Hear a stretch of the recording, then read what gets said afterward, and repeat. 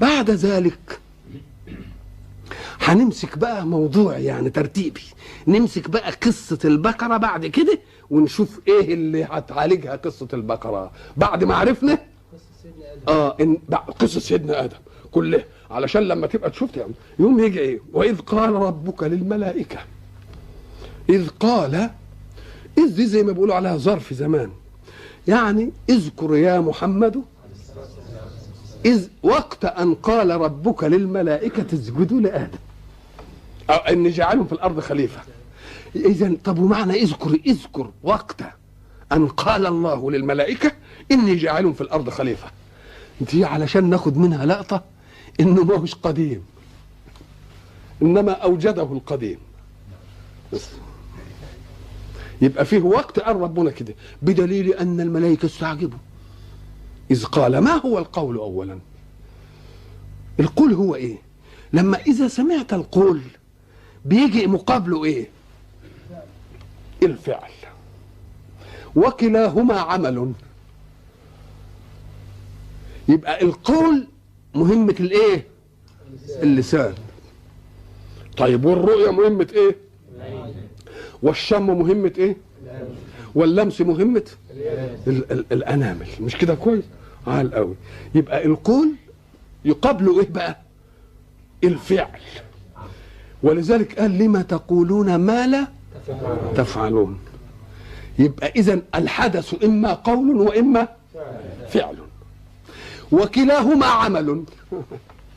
يبقى القول عمل مين؟ عمل اللسان، مفهوم؟ والفعل عمل الجوارح، هيعمل بإيده يعمل بعينه مثلا. يبقى إذن القول مقابله إيه؟ مقابله الفعل. لما تقولون ما لا تفعلون. وكلاهما عمل.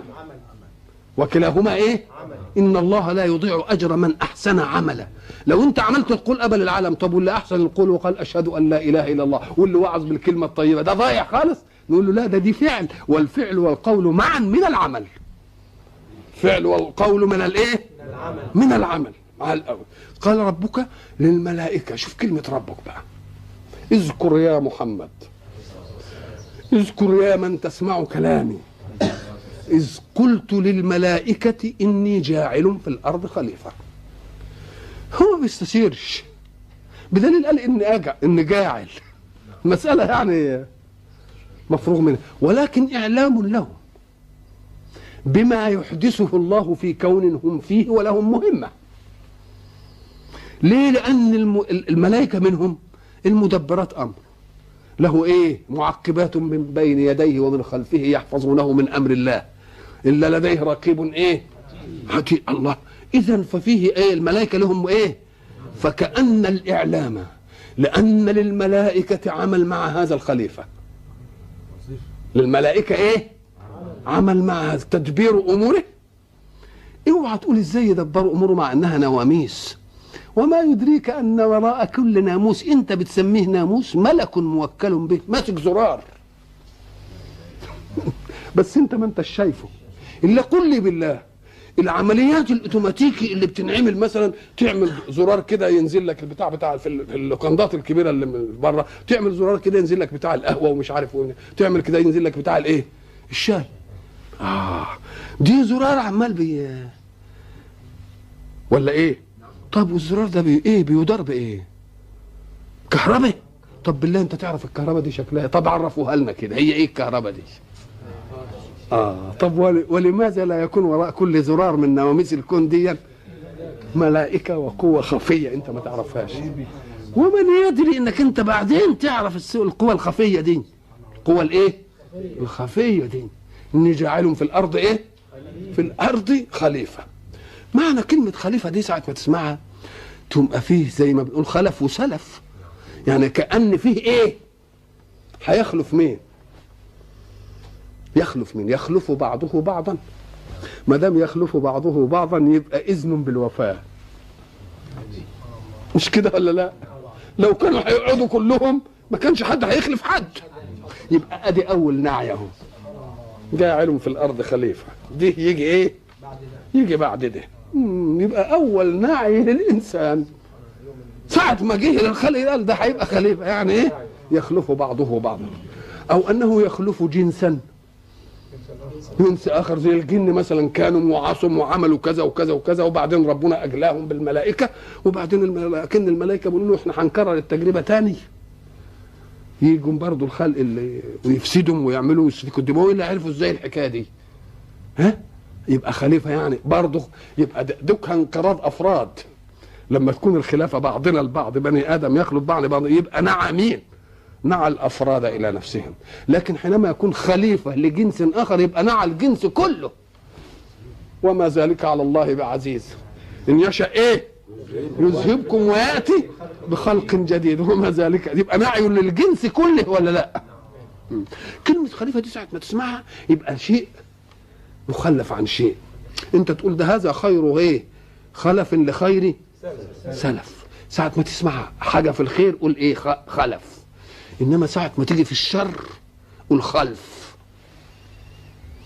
فخلف من بعضهم خلف اضاعوا الصلاه واتبعوا الشهوات فسوف يلقون ايه؟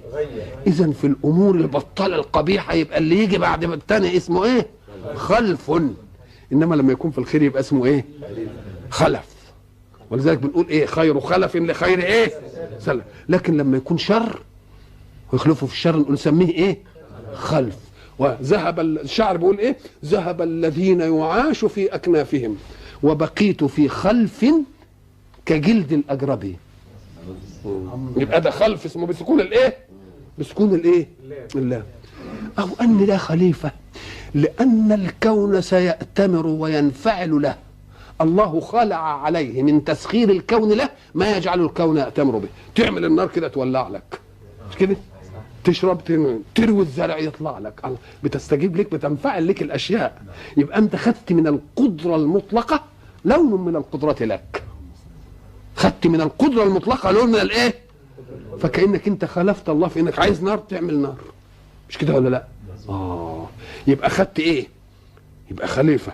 آفتك انك تغتر بعطاء الاسباب لك فتتصور انك في الكون اصيل وتنسى اللي رتب لك الايه؟ اللي هي تشرحها وقول الله في سوره اقرأ، ها؟ كلا ان الانسان لا يطغى ان رآه استغنى. فيه منه اصيل بقى، الارض بتنفعل له والكون والمش عارف الايه والايه والايه. يبقى اذا كلمه خليفه تاخد معاني عده ولا لا؟ وهل هناك مانع ان ناخذ كل تلك المعاني؟ ولان كلام الله صفته وصفه الكامل كامله وكمالات الله لا تتناهى، فعطاء كلماته لا يتناهى ايضا. ويمكن يجي حد بعدين برضه يفتكر حاجه تانية ويقول نقول له برضه عطاءات الله لا تتناهى. مش كلامه ده؟ والكلام صفه المتكلم وكلام الكامل كامل، يبقى كامل يجي كل المعاني دي ايه؟ ممكن تيجي ايه؟ تيجي فيه. قال ربك للملائكه اني جاعل في الارض. بعد ان تكلم الحق عن جعل خلق الارض وخلق السماوات وسبع وهو بكل خلق عليم، دي كلها ايه؟ كلها مكان لوجود المخلوق اللي هيجي للكون. ما خلقهاش لذاتها بقى، ده خلق لكم، خلق لكم، يبقوا انتم الاصل. فقبل ما يقوم يتكلم عن الخلق بتاع ادم راح مدينا قال اطمئنوا، انا مش هجعل ادم يقتحم كده الوجود وبعدين نقعد لا، ده قبل ما يوجد مترتب له كل ايه؟ كل حاجه، حتى ياتي على رصيد من ايه؟ مما يستبقي حياته وبقاء ايه؟ وبقاء نوعه. بعد كده بقى، بعد ما وضب الامور دي كده واسس لنا البيت زي ما بيقولوا، جاب الايه؟ العروسين اللي هيعمروا البيت ده، اللي هي الخلافه في الارض لادم ولمين؟ ولحواء. اصل الايه؟ اصل التكاثر الايه؟ الانساني. هنا كلام يجب ان يقال، وهو ان الكتب التي تكلمت عن ادم وعن الاعمار وعن الاجيال وظلت تحسب كذا، وجد أن حسابها لا يصل إلى حسابات إلى الحسابات التي تقدر الزمن بملايين السنين.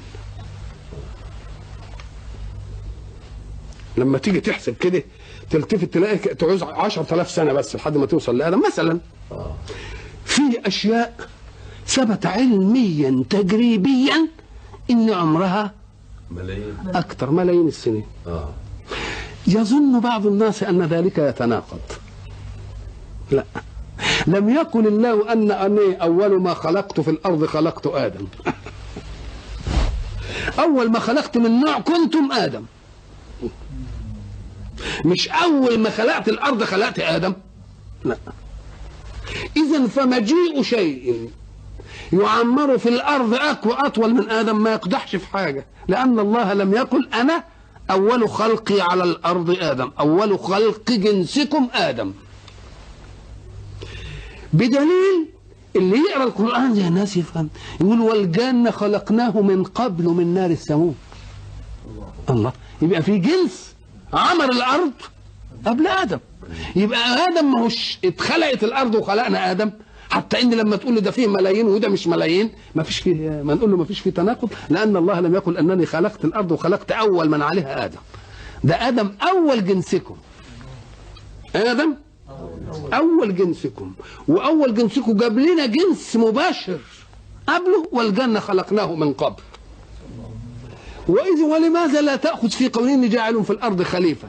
ما هو بعضهم خليفة للقدرة في أن الأشياء تنفعل له ويخلق، ولذلك قال أحسن الخالقين مثلا يعمر الأرض، ماشي، فهم ماشي.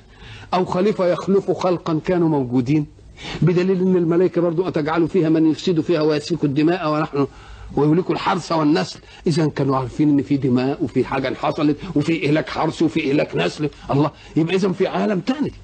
طب ولماذا لا نفهم من قول الله إن يشأ يذهبكم ويأتي بخلق جديد وما ذلك على الله بعزيز؟ يعني الحكاية مش بعيدة على ربنا، ها برضه يحصل. إذن فلا تقل أبدا أن تحديد ما حدد بملايين السنين يتناقض مع القرآن في شيء، لأنهم لما يحسبوا عمر آدم إلى الآن ما يصلش إلى هذه المدة، نقول له لا، القرآن لم يقل إن آدم أول من خلق في الأرض. جائز أن يكون خلق قبله كتير، وما آدم عند القياس في منطق العقل واحد، ولكنه عند القياس أوادم. يمكن أوادم كتيرة أوي. أمال إن يشاء يذهبكم ويأتي بخلق جديد وما ذلك على الله بعزيز. دي عزيز يعني مش غريبة على الله، يعني ممكن ممكن تحصل. ما يجوز أن يكون خلق تاني، ما يجوز أن يكون فيه خلق يستقبله ولا يبتكر. وإحنا أسمى ما فينا أننا نأخذ ما أعطانا الله ثم نأتي بأشياء جديدة. يجوز أن الخلق ده كان في الطور الأبلة اللي هو ياخد اللي موجود وبس ولا يشغلش عقله في إنه يستنبط حاجة. إحنا غير كده، إحنا عمالين بنستنبط حاجات، ولذلك قال فتبارك الله أحسن الخالقين. يبقى فيه خلق يستقبل ما خلقه الله ولا يزيد، واحنا امتزنا باننا نستقبل خلق الله ونزيد. بس بقي هناك فارق، وهو اننا نزيد ما لا نستطيع ان نعطيه الحياه. اللي نخلقه يفضل على زي ما هو، ولا يحصلش منه تكاثر زي ما قلنا. ما نجيبش كوبايه ونحطها مع كوبايه ونقول لهم باتوا ويا بعض وهاتوا لنا كوبايات، لا، دي ما يمكنش، ما نقدرش على سر الحياه. اذا فمن الجائز ان يكون هناك خلق آخر. ما قلناش إن هذا. فإذا قالوا إنهم مثلا بتحليل بعض الأشياء ووجدوا عمرها الكربون عاد إشعاعه بيدي العمر. إشعاع الكربون بيدي العمر. بيجيبوا حاجات ويعملوا منها حتة فحم وبعدين يشوفوا إشعاعها قد يقدروا وأنت تستطيع تزرع شجرة بإيدك. أنت ازرع شجرة بيدك وخليها لما تبقى خشب كده، وبعدين بص شوفها كم سنه. تستطيع كده من غير ما تكون انت اللي زارعها، تجيب قطاع كده وتقطع الشجره وتبص كده للدوائر اللي موجوده فيه. الدوائر دي كل دايره بسنه، كل دايره سنه. انت تعرفوا علم نبات ولا حاجه؟ كل دايره ولذلك الجذع يدخن بيدي العمر. لما تقطعها كده هتلاقي فيها الدوائر دي تحدد اعمارها. لو انت خدت بقى من الحته دي وعرفت عمرها قد وخدت منها حته وحرقتها وعملتها فحم وبعدين شفت اشعاعها تقوم تديك السن ده، يبقى اذا ما نقدرش نكذب الاشعاع في تقدير الاعمار، ولا نستطيع ان نكذب الله فيما قال. يبقى المعنى ان ادم لم يكن اول الخلق، فدعهم يقولون ان دي عمرها مليون ودي مليونين ودي مليونين، فربنا ما قالناش ان ادم هو اول من عمر الارض. والى لقاء اخر ان شاء الله نستكمل الحديث.